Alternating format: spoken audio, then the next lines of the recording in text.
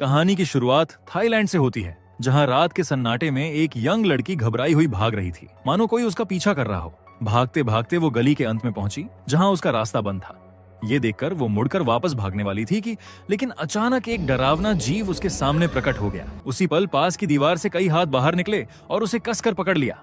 अब वो जीव उसके बिल्कुल पास आ पहुंचा और अगले ही पल उसकी चीखें पूरी गली में गूंज उठी। यहीं से कहानी का रुख बदलता है और अब हम मिलते हैं एक कपल, जिम और जूली से, जो छुट्टियां बिताने के लिए थाईलैंड आए थे। वही एयरपोर्ट पर उनकी मुलाकात एक ड्राइवर गो से हुई। गो बेहद दोस्ताना स्वभाव का था, इसलिए उसने तुरंत आगे बढ़कर उन्हें होटल तक छोड़ने का ऑफर दिया। दोनों उसकी गाड़ी में बैठे और होटल के लिए निकल पड़े। होटल पहुंचने के बाद जूली की नजर बाहर एक छोटे से घर जैसी सजावट पर पड़ी, जिस पर खाने का सामान रखा था। उसने गो से पूछा, ये क्या है? गो ने मुस्कुराकर बताया, इसे स्पिरिट हाउस कहते हैं। यहाँ लोग आत्माओं को खुश रखने के लिए खाना और चढ़ावा रखते हैं, ताकि उन्हें वो स्पिरिट परेशान न करें। ड्राइवर होने के साथ साथ गो एक अच्छा लोकल गाइड भी था। उसने जिम और जूली को शहर घुमाने का प्रस्ताव दिया, जिस पर दोनों ने खुशी खुशी हामी भर दी। कुछ समय बाद वे गो के साथ शहर घूमने निकल पड़े। रास्ते भर जूली उत्साह से हर नजारे की तस्वीरें खींच रही थी। इसी दौरान उसकी नजर अचानक सड़क किनारे कुछ अनोखे दृश्य पर पड़ी और उसने गाड़ी रुकवाने को कहा। वहाँ कई स्पिरिट हाउस बने थे, जिन पर अजीब अजीब तरह के चढ़ावे रखे थे। जूली एक खास स्पिरिट हाउस को टकटकी लगाए देख रही थी, जैसे वो किसी अदृश्य खिंचाव से उसकी ओर आकर्षित हो रही हो। तभी अचानक एक औरत वहाँ प्रकट हुई। उसे देखते ही जूली होश में लौट आई। फिर वो तुरंत पीछे हटी और सबके साथ गाड़ी में बैठकर वहाँ से निकल गई। रात को गो उन्हें होटल छोड़ते हुए बोला, कल सुबह मैं तुम्हें एक खास जगह ले जाऊंगा। और फिर उसने अपना कार्ड उनके हाथ थमा दिया और वो वहाँ से चला गया। जैसे ही जिम और जूली अपने कमरे की ओर बढ़े, होटल के लॉबी में एक अजनबी आदमी उनसे बात करने लगा। उसने अपना नाम रॉबर्ट बताया और अपने दोस्त बिल से भी उनका परिचय कराया। दोनों ने जूली की अंगूठी देखकर उन्हें बधाई दी और फिर ड्रिंक पर साथ चलने का इन्विटेशन दिया।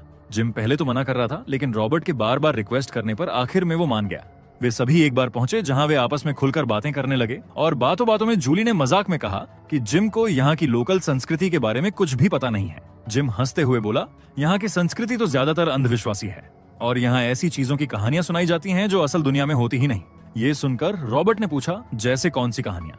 जिम ने बताया कि गो ने उसे एक स्पिरिट्स की कहानी सुनाई थी, जहां अगर किसी आत्मा को अपना घर नहीं मिलता तो वो इंसान के शरीर में घुस सकती है। ये सुनते ही रॉबर्ट और बिल के चेहरे पीले पड़ गए। थोड़ी देर बाद रॉबर्ट ने सुझाव दिया कि वे सभी और मजेदार जगह पर चलें और सब वहां से निकल पड़े। रास्ते में चलते समय जिम की जेब से कुछ सिक्के गिरकर पास बैठे भिखारियों के पास लुढ़क गए। जिम ने पहले उन्हें उठाने में झिझक दिखाई और यूं ही छोड़ दिया। ये देखकर आसपास के लोग नाराज हो गए। तब रॉबर्ट ने जिम को समझाया कि यहाँ सिक्का गिराना अपमान माना जाता है और लोग मानते हैं कि ऐसा करने से उंगली कटने जैसी बदकिस्मती हो सकती है। जिम ने ये सुनकर हंसते हुए बात को हल्के में लिया और आगे बढ़ गया। बाद में सभी लोग एक नाइट क्लब में मस्ती करने पहुंचे। बाहर बिल जूली के साथ रुका रहा, जबकि रॉबर्ट और जिम अंदर चले गए। काफी देर बाद रॉबर्ट बाहर आया और जूली से बोला कि जिम को अपने साथ रखने के लिए वो माफी मांगता है और फिर उसने जूली से वादा किया कि वो उसे एक असली स्पिरिट हाउस दिखाएगा। रॉबर्ट ने बताया कि वो जगह शहर से काफी दूर है। ये सुनकर जूली थोड़ी सोच में पड़ गई, लेकिन रॉबर्ट ने लगभग जिद करते हुए कहा, ये जिंदगी में एक बार मिलने वाला मौका है, इसे मिस मत करो। उसकी जिद के बाद जूली आखिर में उसकी बात मान गई। इसके बाद सब लोग रॉबर्ट के दोस्त की कार की ओर बढ़ने लगे, लेकिन रास्ते में रॉबर्ट और बिल के बीच बहस छिड़ गई। बिल ने रॉबर्ट से कहा, जूली बहुत अच्छी लड़की है, हमें उसे वहां नहीं ले जाना चाहिए। कार में बैठने के बाद जूली को पता चला कि जिम ने नाइट क्लब में शराब पी रखी थी। ये बात उसे बिल्कुल पसंद नहीं आई और वो अंदर ही अंदर दुखी और गुस्से में थी। अब सफर चलता रहा और कुछ देर बाद सोए हुए जिम की आंख खुली। उसने बोला कि अजनबियों के साथ सफर करना सुरक्षित नहीं है। इस पर जूली ने गुस्से में जवाब दिया, तुमने सारी रात पार्टी की, अब मेरी बारी है। कई घंटे की सफर के बाद वे आखिरकार अपने मंजिल पर पहुंचे। वहां रॉबर्ट और बिल आगे बढ़ गए, जबकि जूली और जिम आपस में बहस करने लगे।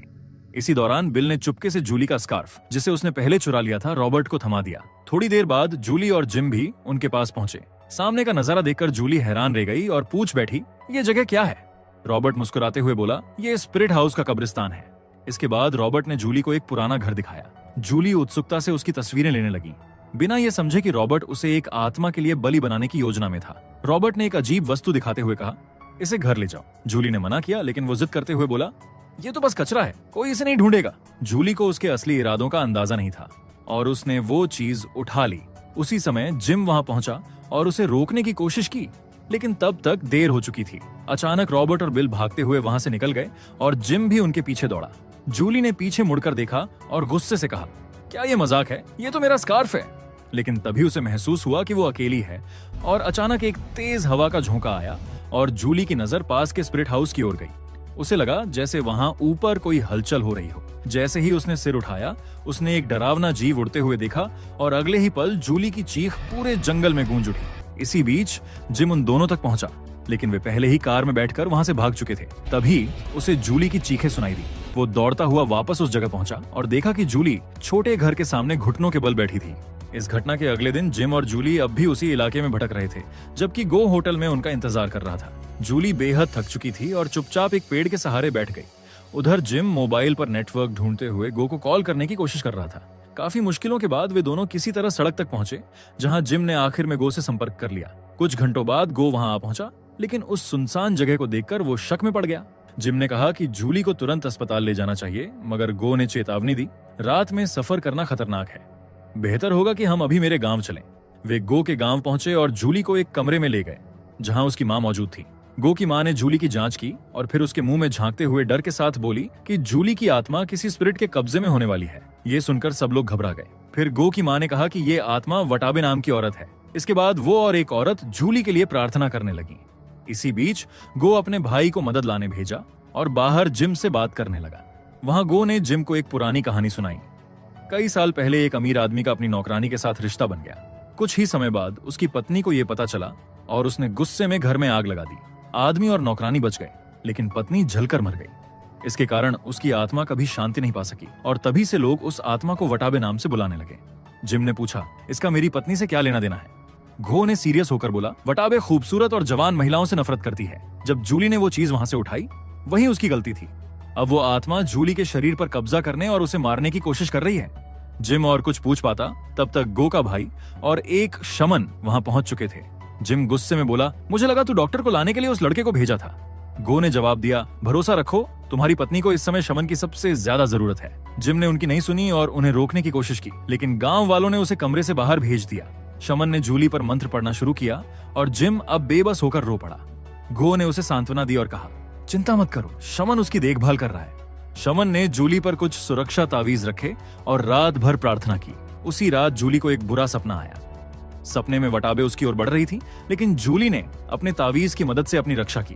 तावीज की शक्ति से आत्मा पीछे हट गई और जूली जाग गई। जब शमन कमरे से बाहर आया तो उसके कदमों की आवाजों से जिम भी जाग गया। वो कमरे में देखा कि जूली अब काफी बेहतर महसूस कर रही थी और मुस्कुराती हुई थी। कुछ देर बाद वे वहां से जाने लगे, लेकिन जिम ने महसूस किया कि गो अभी भी कुछ छुपा रहा है। उसने गो से इस बारे में पूछा, लेकिन गो झूठ बोलकर बात टाल गया।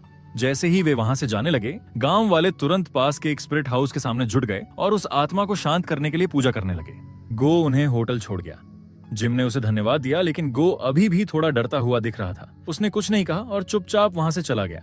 जब वे अपने कमरे पहुंचे, तभी जिम को हॉलवे में जूली का स्कार्फ मिला।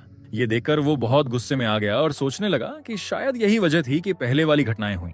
जिम ने सोचा कि उसे पुलिस को सब कुछ बताना चाहिए, लेकिन जूली ने कहा कि इसकी कोई जरूरत नहीं है और वो बस यही चाहती है कि उसका मंगेतर उसके साथ रहे। जूली ने अपने तावीज को टेबल पर रख दिया और दोनों ने एक दूसरे के पास बैठकर एक दूसरे को सहारा दिया।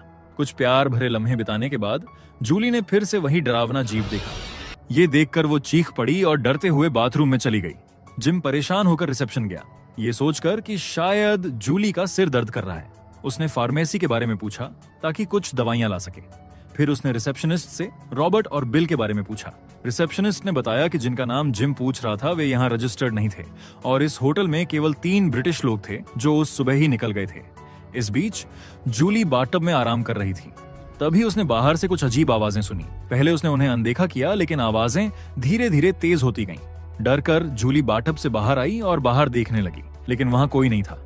फिर उसने अपना कैमरा चेक करने लगी। कुछ तस्वीरें देखकर वो हंसी, लेकिन जब उसने स्पिरिट हाउस की तस्वीरें झूम की तो उसने देखा कि कैमरे में वटाबे उसके कंधे पर बैठा हुआ है। डर ने उसे घेर लिया। उसी समय होटल में बिजली चली गई और डरावनी आवाजें गूंजने लगी। जूली ने टॉर्च पकड़ी और कमरे से बाहर निकली। वो अंधेरे गलियारे में आगे देख रही थी कि तभी कमरे का दरवाजा अपने आप बंद हुआ। ये देखकर जूली डर से मदद के लिए चिल्लाई, लेकिन कोई जवाब नहीं आया। तभी उसके पीछे से कुछ तेजी से गुजरा। मुड़कर देखा तो वो अब होटल में नहीं थी, बल्कि एक अजीब जगह में पहुंच गई थी। वहां चलते हुए उसने एक रोशनी वाला गलियारा देखा और उसकी ओर बढ़ी, लेकिन वहां सब कुछ आग में जल रहा था। उसने चीखों की आवाजें सुनी और उसी आग के बीच उसे वटाबे दिखाई दिया। जूली डर और घबराहट में दौड़ पड़ी। उधर जिम होटल पहुंचा और अपने कमरे की ओर जाने लगा, लेकिन जूली अब भी उस रहस्यमय जगह में खोई हुई थी। उसकी टॉर्च कुछ सेकंड के लिए बंद हो गई। जब टॉर्च फिर जली, उसने देखा कि एक आकृति कोने में बैठी थी। जैसे ही उसने उसका चेहरा देखने की कोशिश की, टॉर्च फिर बंद हो गई। अगले ही पल वो आकृति उसके ठीक सामने प्रकट हो गई। जूली डर से चिल्लाई और सफाई कर्मचारी मदद के लिए दौड़े, लेकिन जूली की हालत देखकर वे भी डर गए। जिम भी वहां पहुंच गया और तुरंत सोच लिया कि जूली को अस्पताल ले जाना ही बेहतर होगा। अस्पताल में जूली लगातार डरावनी चीजें देखती रही और चीखती रही। जब उसका इलाज शुरू हुआ तो जिम ने डॉक्टर से उसकी स्थिति के बारे में पूछा। डॉक्टर ने बताया कि जूली को कोई शारीरिक बीमारी नहीं है, लेकिन उसने बोला कि उसने पहले भी ऐसे एक मामले देखे हैं जिसमें मरीज अपने आप ठीक हो गया था। जिम ने उस मरीज के बारे में और जानकारी मांगी तो डॉक्टर ने बताया कि वो ब्रिटिश महिला थी। ये सुनकर जिम को सब कुछ समझ में आ गया।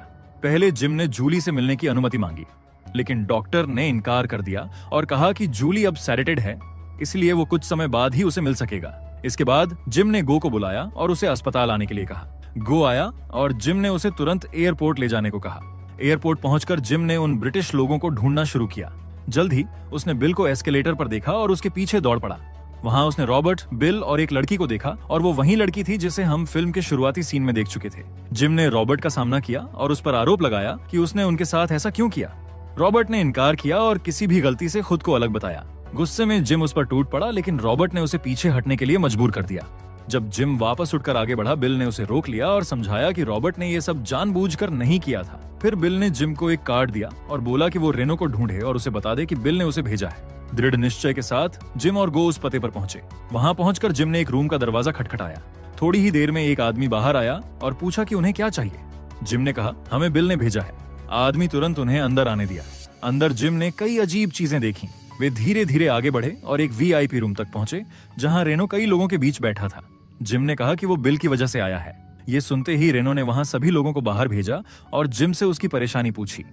जिम ने बताया कि रॉबर्ट और बिल ने उसकी पत्नी के साथ कुछ किया था और अब वो अस्पताल में बीमार या शायद किसी से प्रभावित हो गई है। रेनो ने सीरियस होकर जिम से पूछा कि क्या वो आत्मा की दुनिया पर विश्वास करता है।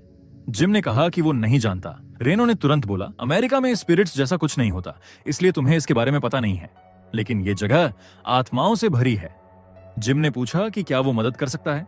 रेनो ने कहा कि उसे किसी और व्यक्ति को ढूंढना होगा जो शाप को उनसे ट्रांसफर कर ले, नहीं तो जूली की आत्मा नष्ट हो जाएगी। जिम ने कहा कि वो किसी और के साथ वही नहीं करना चाहता जो जूली के साथ हुआ, लेकिन रेनो ने जोर देकर बोला कि समय कम है और यही आखिरी रास्ता बचा है। उधर अस्पताल में जूली जागी और देखा कि वो बंधी हुई कमरे में अकेली है। तभी दरवाजे का नॉब जोर जोर से हिलने लगा और उसने बाहर वटाबे की परछाई देखी। डर से जूली चीख पड़ी। नॉब रुकते ही दरवाजे के नीचे से धुआं फैलने लगा और अगले ही पल वटाबे उसके ऊपर झपटा, जिसकी वजह से जूली बिस्तर पर तड़पने लगी। उसी समय जिम कमरे में आया और तुरंत डॉक्टरों को बुलाया। डॉक्टरों ने जूली को शांत करने के लिए दवा दी। उसकी हालत देखकर जिम के पास कोई और रास्ता नहीं बचा और वो शाप को किसी और पर डालने के लिए मजबूर हो गया। वो एक होटल पहुंचा जहां उसे एक ब्रिटिश कपल मिला।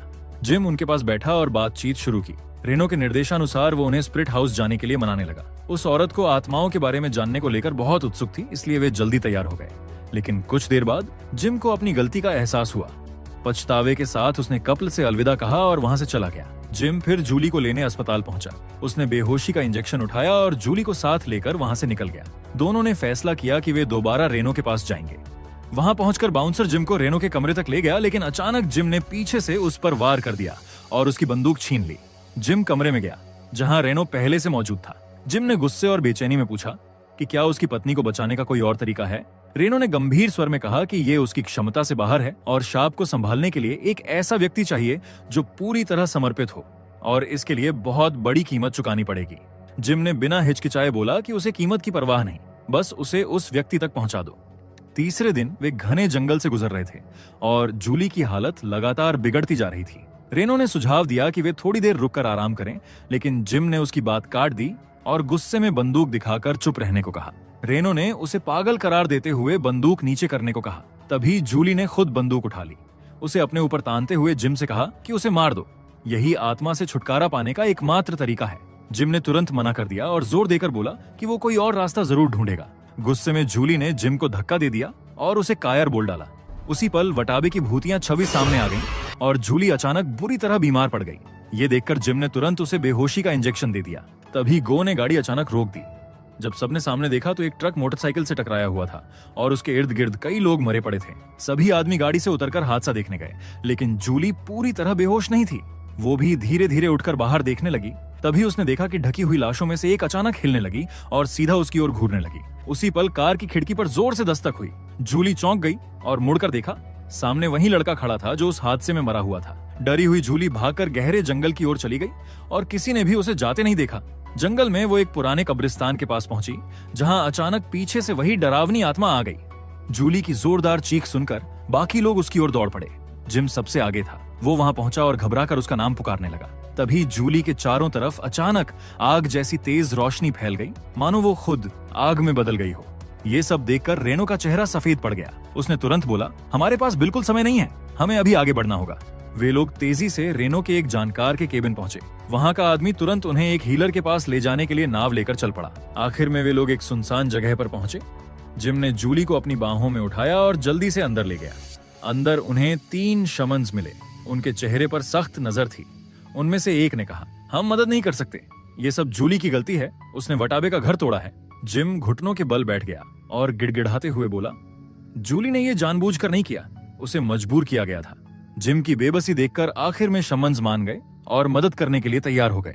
मुख्य शमन ने कहा कि जूली को अपनी कोई बहुत जरूरी चीज छोड़नी होगी। जिम ने जल्दी से उसकी उंगली से शादी की अंगूठी उतारकर शमन को दे दी, लेकिन बूढ़ी औरत ने सिर हिलाकर बोला, ये काफी नहीं है, जिम को अपने शरीर का हिस्सा देना होगा। गो ने उसे समझाया, वटाबे को खून और मांस चाहिए, तुम्हें अपनी उंगली काटनी पड़ेगी। जिम पहले सिर्फ अंगूठी देकर काम चलाना चाहता था, लेकिन शमन ने धीरे धीरे मंत्र पढ़ना शुरू कर दिया। अचानक वटाबे की आत्मा और भी उग्र हो गई। जूली का शरीर जोर जोर से कांपने लगा।